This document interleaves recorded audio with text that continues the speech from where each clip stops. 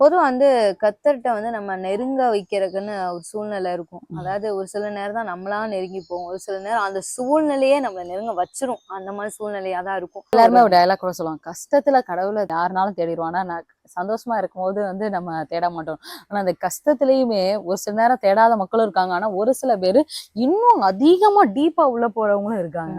அந்த டீப்பா உள்ள நம்மள போக வைக்கிற ஒரு 6 சூழ்நிலைகள்லாம் என்ன அப்படின்ற பத்தி இந்த வீடியோல நம்ம விரிவா பார்க்கலாம்.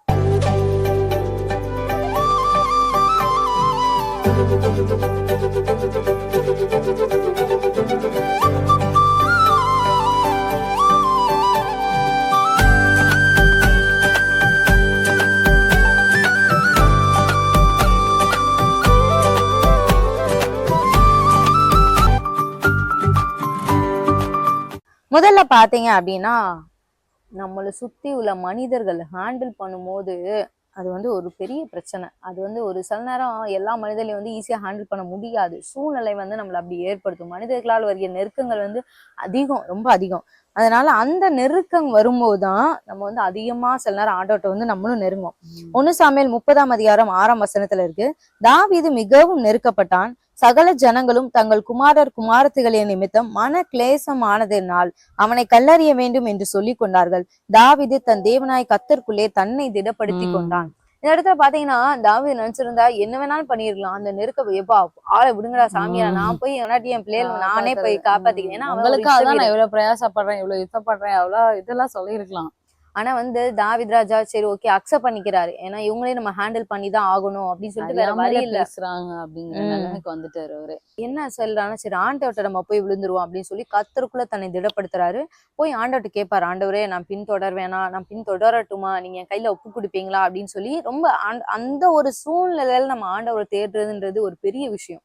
ஏன்னா சொன்ன மாதிரி சந்தோஷத்துல நம்ம ஆண்டவர் நினைச்ச 2 பாட்டு நன்றி பாட்டு பாடலாம், எல்லாம் பண்ணலாம். ஒரு நெருக்கம் இப்ப நம்மளை சுத்தி ஒரு 10 பேர் நம்மளை கல்லறிய ரெடியா இருக்காங்கன்னு வைங்களேன். இந்த நேரத்துல நம்ம என்ன பண்றது? இந்த நேரத்துல நம்ம ஆண்டவர்கிட்ட நெருங்கணும்.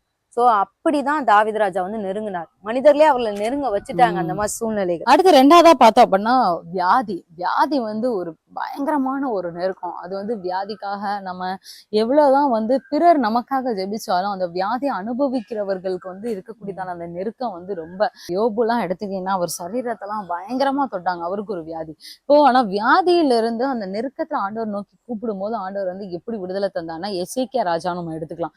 எசேக்கியா ராஜாவுக்கு ஏசாயா தீர்க்கதரிசி மூலமா சொல்லிட்டாங்க, எப்பா நீ வியாதிப்பட்டு இருக்க, உன் ஆயுசு அவ்வளவுதான்ப்பா முடிஞ்சு, உன் வீட்டுக்காரியங்களாம் அவங்ககிட்ட எல்லாம் பொறுப்பு கொடுக்கறதெல்லாம் நீ ஒழுங்குபடுத்திக்கோ அப்படின்னு சொல்லி அந்த ஏசாயா தீர்க்கதரிசி அப்பதான் சொல்லிட்டு அப்படியே அப்பதான் அந்த அரண்மனை விட்டு கூட அவர் வெளியே வரல, இந்த இடத்துக்கு அப்பதான் வெளியே வராரு. உடனே இந்த எசேக்கியா தீர்க்கதரிசியால அவரால் துக்கம் தாங்கவே முடியல. அந்த ஒரு நெருக்கம். ஆண்டவரை பார்த்து, ஆண்டவரே நான் உங்களுக்கு உத்தமா நடந்தேனே, என்னால இது முடியல, இப்படி பண்ணிட்டு இப்படி எனக்கு இதாதே, நான் சாக போறேனோ அப்படின்னு சொல்லி அந்த மனசுல இருந்து அந்த ஆண்டவரை நோக்கி அந்த ஒரு எப்படி சொல்லனா, எதுவுமே வேணாம்ப்பா ஏசப்பா, நீங்க எனக்கு எப்படியாச்சும் ஏதோ ஒண்ணு பண்ணுங்க அப்படிங்கிற ஒரு நிலைமையிலதான் அது அன்னைக்கு எசேக்கியா தீர்க்கதரிசி அந்த இடத்துல ரொம்ப மன கசந்து ரொம்ப அழுது ஜெபம் பண்றாரு. உடனே ஆண்டவருடைய வார்த்தை வந்திருக்கு, நீ திருப்பி போ, உனக்கு 15 வருஷம். ஆண்டவர் அந்த உருக்கத்தை பாக்குறாரு. அது என் பிள்ளைக்கு என்னடா ஆச்சா, நம்ம தெரியாமதான் இப்படி பண்ணிட்டோமோ, சரி இப்போ பிள்ளைக்கு இன்னும் 15 வருஷம் கொடுப்போன்ட்டு அந்த எசேக்கியா தீர்க்கதரிசிக்கு 15 வருஷம் எக்ஸ்ட்ரா கொடுத்தாரு. இப்போ நீ உடனே போய் சொல்லுங்கன்னா, ஏசாயா தீர்க்கதரிசிக்கு உடனே அந்த அரண்மனையில் இருக்கும் போதே வார்த்தை வருது, திருப்பி ஏசாயா தீர்க்கதரிசி கொடுக்கணும்னு ஓடி வராரு.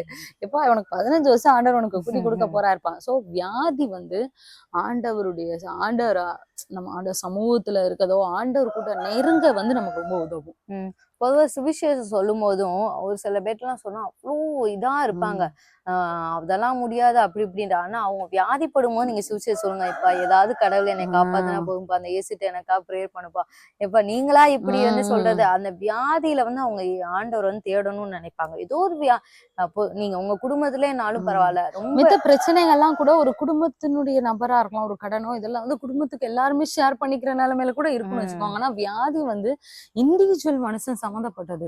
அது தனிப்படாத அந்த வியாதியை வேற யாரும் ஷேர் பண்ணவே, இப்ப எனக்கு ஒரு வியாதி இருக்குன்னா அதை இவங்க ஷேர் பண்ணிக்கவே முடியாது. நான் தான் ஆண்டவர்கிட்ட உலுக்கி எப்படி விழுந்தாலும் நான் தான் ஆண்டவர்கிட்ட கேட்கணும். சோ வியாதி ஆண்டவர்கிட்ட நெருங்க ரொம்ப உதவும். எல்லாருக்கும் வியாதி வரணும்லாம் நாங்க சொல்ல வரல. அட்லீஸ்ட் அப்படி அந்த வியாதி இருக்கும் போதாச்சும் ஆண்டவர்கிட்ட நெருங்குனீங்க அப்படின்னா எசேக்கியா ராஜா போல நமக்கு ஒரு விடுதலை கிடைக்கும். ஒரு சகோதரர் கூட இன்னொரு சகோதரர்கிட்ட வந்து இப்படி சொல்லியிருக்காரு, பிரதர், நான் எப்பப்பெல்லாம் என்னுடைய பிள்ளைகளுக்கு வியாதி வருதோ அப்பெல்லாம் ஆண்டவர் வந்து என்னை அவரோட நெருங்க சொல்றாருன்றத நான் நல்லா புரிஞ்சுக்குவேன் அப்படின்னு. இப்போ புரியுதா? அவங்களுக்கு வந்து அவங்களுக்கு சொந்த சரீரத்துக்கு வியாதி வர்றப்ப கூட இல்ல, ஆனா தன் பிள்ளைக்கு ஒரு வியாதின்னு வர்றப்ப ஐயோ ஆண்டவர்கிட்ட நெருங்கிதான் ஆகணும், ஏன்னா ஆண்டவர்கிட்ட மட்டும் தான் என் பிள்ளைக்கு விடுதலை தர முடியும்ன்ற ஒரு உணர்வு வந்து அந்த பெற்றோர்களுக்கு வந்து தானா வந்து வருது. அடுத்து மூன்றாவதா பார்த்தோம் அப்படின்னா, தேவனுடைய திட்டம் நம்ம வாழ்க்கையில நிறைவேறணும் அப்படின்னு நம்ம நினைக்கும் போதெல்லாம் நம்ம வந்து ஆண்டவர்கிட்ட நெருங்கியே தான் ஆகணும். அது வேற வழியே இல்லை. இப்ப இந்த இடத்துல பாத்தீங்கன்னா லூக்கா 6ஆம் அதிகாரம் 11-12 இருக்கு. அவர்களோ மூர்க்க வெறி கொண்டு இயேசுவை என்ன செய்யலாம் என்று ஒருவரோடொருவர் ஆலோசித்தார்கள். அந்நாட்களிலே அவர் ஜெபம் பண்ணும்படி ஒரு மலையின் மேல் ஏறி முழுவதும் தேவனை நோக்கி ஜெபம் பண்ணி கொண்டிருந்தார். அதாவது இந்த நேரத்துல பாத்தீங்க அப்படின்னா இயேசுப்பா வந்து அப்போ ஒரு அற்புதம் செய்வாரு. அற்புதத்தை பார்த்ததுமே அங்க உள்ளவங்களுக்கு வந்து பயங்கரமான ஒரு கோவம் வந்துடும். கோவம் வந்ததுமே மினிஸ்ட்ரி எப்படியாவது அழிச்சே ஆகணும், இயேசுடைய மினிஸ்ட்ரி எப்படியாவது அழிச்சணும், பயங்கர மூர்க்கமா இருப்பாங்க. அப்பதான் இயேசு வந்து அந்த இடத்துல நாட்களிலே, அதாவது அந்த குறிப்பிட்ட காலத்துல இயேசுப்பா வந்து முழுவதும் ஜெபம் பண்ணியிருக்காரு. முழுவதும் பிதா பாதத்திலே இருந்திருக்காரு. எனக்கு வேற வழி இல்ல, நான் இதுக்காக தான் உலகத்துக்கு நான் வந்தேன், இந்த ஊழியம் வந்து பாதியிலே நின்றக்கூடாது, இந்த ஊழியத்தை வந்து யாராவது பாதியிலே அழிச்சிடக்கூடாது அப்படின்ற ஒரு நோக்கத்தோட அவரு அந்நாட்களிலேன்னு இருக்கு. அதாவது ஒரு குறிப்பிட்ட ஒரு 2 மாசமோ 3 மாசமோன்னு கூட வச்சுக்கோங்க. அவர் இயேசுப்பா பொதுவாவே இரவு நேரத்துல ஜெபிக்கிற ஒரு ஆள் தான், அதுல வந்து எந்த ஒரு மாற்று கருத்து இல்ல. ஆனா அந்த குறிப்பிட்ட அந்த நாட்களிலேன்னு நம்ம இருக்கனால அந்த சீசன், ஒரு சீசன், பர்டிகுலர் சீசன்ல அவர் முழுவதும் ஆண்டவரை நோக்கி வந்து ஜெபம் பண்ணிட்டு இருந்திருக்காரு. அடுத்து 4ஆவதா நம்ம பார்த்தோம் அப்படின்னா வந்து யார் யாருக்கெல்லாம் வந்து ரொம்ப ஒரு சில நேரம் வந்து அதிகமான அந்த ஒரு ரெஸ்பான்சிபிலிட்டி அப்படின்னு சொல்லுவோம்ல, நிறைய ஒரு தலைமையில பொறுப்புள்ளவர்களுக்கு வந்து உண்மையாவே ஆண்டவரோட நெருக்கக்கூடியதான ஒரு சூழ்நிலை. ஏன்னா தலைக்கு மேல அந்த இது ஒரு பொறுப்பு இருக்கும், அதுக்கெல்லாம் எப்படி நடத்த போறோம் என்ன பண்ண போறோம்னே தெரியாது. ஆனா ஆண்டவர் ஆவியானவர் அந்த இடத்துல வழி நடத்தினா போதும் அது சுலபமா ஹேண்டில் பண்ணவே முடியும். உதாரணத்துக்கு மோசை எடுத்துட்டோம்னா, மோசைக்கு பின்னாடி லட்சக்கணக்கான மக்கள்கள் இருக்காங்க.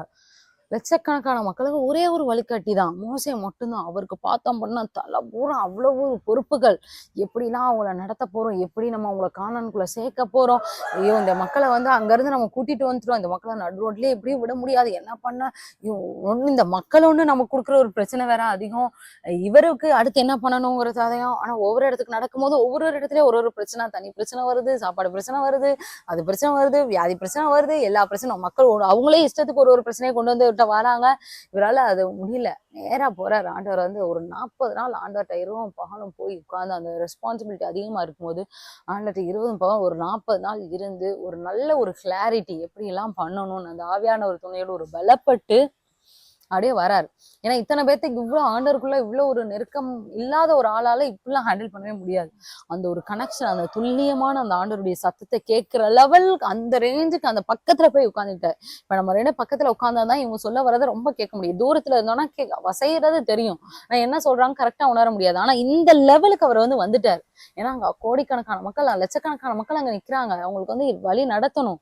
அப்படிங்கும் போது அவர் வந்து இந்த லெவல ஆண்டவர்கிட்ட அவர் இருந்தா மட்டும் தான் அவங்க நடத்தவே முடியும். அந்த அளவுக்கு நெருக்கத்துல ஒரு உண்மையாலுமே ஒரு அதிகப்படியான ஒரு பொறுப்புள்ள ஒரு மனிதர்களா நீங்க இருந்தீங்க அப்படின்னா கண்டிப்பா உங்களுக்கு வந்து ஆண்டவருடைய நெருக்கம் அந்த இது வேணும், அது தேவைப்படும். ஒருவேளை நீங்க அந்த இதுல இதுவரைக்கும் நீங்க இல்ல, ஆனாலும் எனக்கு நிறைய பொறுப்பு இருக்குன்னா நிச்சயமா ஆண்டவருடைய நெருங்குங்க, நிச்சயமா உங்களுக்கு வந்து அது ரொம்ப சுலபமா இருக்கும். அடுத்து 5ஆவதா பார்த்தோம் அப்படின்னா, யார் வந்து ஆண்டவரோடு அதிகமா வந்து நெருங்குவாங்க அப்படின்னா, யார் வந்து அதிகமான மன்னிப்பை ஆண்டவர்கிட்ட பெற்றாங்களோ அவங்க வந்து நிச்சயமா ஆண்டவரோட ஒரு நெருங்க வேண்டிய சூழ்நிலை தான் வரும். ஏன்னா அந்த ஒரு தனிப்பட்ட நபருக்கு மட்டும்தான் தெரியும், நம்ம அந்த மன்னிப்புக்கு வந்து ஆண்டவர் தர அந்த மன்னிப்புக்கு ஒரு பாத்திரமே கிடையாது, அந்த மன்னிப்பு நான் பிறகு எந்த ஒரு தகுதியுமே கிடையாது. இப்ப அதே பாவத்தை நம்ம போய் வெளியில யார்ட்டையாவது நம்ம சொன்னோம், நான் இப்படி எல்லாம் ஒரு காலத்தை நான் பாவம் பண்ணேன்னு சொன்னோம்னா நம்மள யாருமே ஒரு ஒரு ரெஸ்பெக்ட் கூட பண்ண மாட்டாங்க, சீண்டு கூட மாட்டாங்க. ஆனா அதே நம்ம ஆண்டவர்கிட்ட நம்ம சொல்லும் போது ஒரு பெரிய ஒரு மன்னிப்பு தந்து நம்மள ஒரு புது மனிதனா, இப்படி ஒரு பாவத்திலே நம்ம இருந்தோம் ஒரு காலத்துல அப்படின்னு நமக்கு தெரியாத அளவுக்கு ஆண்டவர் நம்மள புதிய மனிதனா மாற்றாரு. நம்ம இன்னைக்கு எவ்வளவு பேருடைய சாட்சி வந்து நம்ம கேட்கும். அப்ப ஆண்டவரே சொல்வாரு, லூக்கா 7:43 இருக்கு, யார் என் மேல அதிக அன்பா இருப்பான் அப்படின்னு சொல்லி ஆண்டவர் ஊமையெல்லாம் சொல்லி வந்து கேட்பாரு, இதுல யார் அதிக அன்பா இருப்பான் அப்படின்னு. அப்ப சீமோன் வந்து சொல்லுவாரு, சீமோன் பிரதியுத்தரமாக, எவனுக்கு அதிகமாய் மன்னித்து விட்டானோ அவனே அதிக அன்பாய் இருப்பான் என்று நினைக்கிறேன் என்றான். அதற்கு அவர் சரியாய் நிதானித்தாய் அப்படின்னு வந்து ஆண்டவர் சொல்றாரு. அப்ப நம்மளுடைய பாவங்கள், நம்ம ஒவ்வொரு முறையும் நம்ம செய்யற பாவங்கள்லாம் ஆண்டவர் நம்ம மன்னிக்கும் போது நம்ம இன்னும் அதிகமா ஆண்டவர்கிட்ட வந்து அடுத்து நம்ம கடைசியா பார்த்தோம் அப்படின்னா, எப்ப நம்ம ஆண்டவர்ட்டலாம் ரொம்ப அதிகமா நெருங்கணும் அப்படின்னா, உலகத்துல யாருமே உங்கள புரிஞ்சுக்கல அப்படின்னா, ஒரு கட்டம் இருக்கும். என்னப்பா நான் சொல்ல வர்றது நான் தான் நம்ம தப்பா ஒரு சில நேரம் நம்ம ரொம்ப கரெக்ட்டா சொல்லுவோம். ஆனா உலகத்துல யாருமே உங்கள புரிஞ்சுக்கல. உங்க பக்கத்துல இருக்கவங்களோ, தூரத்துல இருக்கவங்களோ யாருமே உங்கள புரிஞ்சுக்கலன்னு வைங்களேன், அந்நேரம் தான் ஆண்டவரோட நீங்க நெருங்கணும்னு அர்த்தம். ஒரு சில நேரம் யாருமே உங்கள புரிஞ்சுக்கலாட்டாலும், புரிஞ்சுக்கிறதுக்குன்னு ஒருத்தர் இருக்கார். அவர்கிட்ட நெருங்கும்போது மட்டும் தான் உங்களுக்கு வந்து ஒரு பெரிதான சமாதானம் இருக்கும். அந்த புரிதல நீங்க ஒவ்வொருத்தனா கூப்பிட்டு, கூப்பிட்டு ம். "ஏப்பா புரிஞ்சுக்கோ, ஏப்பா புரிஞ்சுக்கோ, ஏப்பா புரிஞ்சுக்கோன்னு" இந்த உலகத்துல யாருமே அத புரிஞ்சுக்கவே முடியாது. அதனால இந்த ஒரு இதையும் நீங்க வச்சுக்கோங்க. என்ன ஒரு சூழ்நிலை யாரா இருந்தாலும் சரி, உங்களோட தாயா இருக்கலாம், தகப்பனா இருக்கலாம், சகோதரனா இருக்கலாம், கணவனா இருக்கலாம், மனைவியா இருக்கலாம், உங்க பிள்ளைங்களா இருக்கலாம். ஒரு பர்ட்டிகுலர் சூழ்நிலையிலன்னு ஒரு ஒரு கட்டத்துல பார்த்தோம்னா, யாராலயும் கம்ப்ளீட்டா உங்கள புரிஞ்சுக்கவே முடியாது. யாராலுமே புரிஞ்சுக்க முடியாது. ஒவ்வொருத்தவங்களுடைய சூழ்நிலைய போறத இன்னொருத்தவங்க புரிஞ்சுக்கணும்னு நம்ம நினைக்கவும் முடியாது. நீ புரிஞ்சு நடந்துக்கோன்னு நம்ம சொல்லவும் முடியாது. ஸோ யாராலயும் புரிஞ்சுக்கிறதுக்குன்னு ஒருத்தர் இருப்பாரு. ஒரு சூழ்நிலை நீங்க அந்த மாதிரி போனீங்க அப்படின்னா, அந்நேரம் ஆண்டவர் என்ன சொல்றாருன்னா, நீ என்கிட்ட வாப்பா அப்படின்னு ஒரு இண்டிகேட் பண்றதுக்கு தான் ஆண்டவர் வந்து சொல்றாரு. ஒருவேளை இப்ப நீங்க அந்த ஒரு சூழ்நிலை போயிட்டு தான் நிச்சயமா ஆண்டவர் சமூகத்துக்கு போங்க. ஆண்டவரோட நெருங்குங்க. நிச்சயமா அதுல இருந்து ஆண்டவர் வந்து உங்களுக்கு பெரிய ஒரு வெளிச்சத்தை தருவார். நான் வசனம் சொல்லுது, அவர் சோதிக்கப்பட்டு பாடுபட்டதினாலே சோதிக்கப்படுகிறதற்கு உதவி செய்ய வல்லவராகிறார். நம்மை போல அவரும் வந்து ஆடுள்ள பாடுபட்டிருக்கார். ஒரு மனிதர் தான். நம்மை போல எல்லா வகையான சூழ்நிலை வழியா போயிருக்காங்க. ஆனா மனுஷங்க வந்து நம்மள மாதிரியே எல்லா மனுஷங்களும் அதே ப்ராசஸ் வழியா போயிருப்பாங்கன்னு சொல்லவே முடியாது.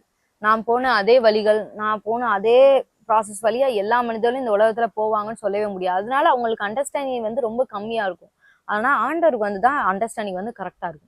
அப்ப நம்ம இப்ப ஒரு 6 பாயிண்ட் வந்து நம்ம பார்த்தோம். நிறைய விஷயத்தினால நம்ம வந்து ஆண்டவர் கூட நெருங்கலாம். இருந்தாலும் நம்மள நெருங்க வைக்கிற ஒரு டாப்பான ஒரு சூழ்நிலைன்றது இதான். முக்கியமா கடினமான மனிதர்கள், நம்மளை சுற்றியுள்ள மனிதர்கள். அடுத்து வந்து வியாதி. அடுத்து வந்து ஆண்டவருடைய திட்டம். நம்மளுடைய வாழ்க்கையில வந்து ஆண்டவர் நம்மளுக்கும் வச்சிருப்பாரு பாத்தீங்கன்னா, அந்த திட்டம்.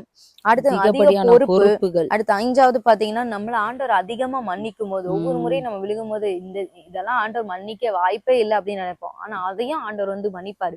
அப்படி மன்னிக்கும் போது நம்ம ஆண்டவர்கிட்ட நெருங்குவோம். அடுத்து 6வதா பார்த்தோம் அப்படின்னா, யாரும் புரிந்து கொள்ளாத போது நம்ம நிச்சயமா ஆண்டவர்கிட்ட நெருங்கிதான் ஆகணும். வேற வழியே இல்லை. நெருங்காம இருந்தோம் அப்படின்னா நம்மளே மென்டல் ஆயிருவோம்.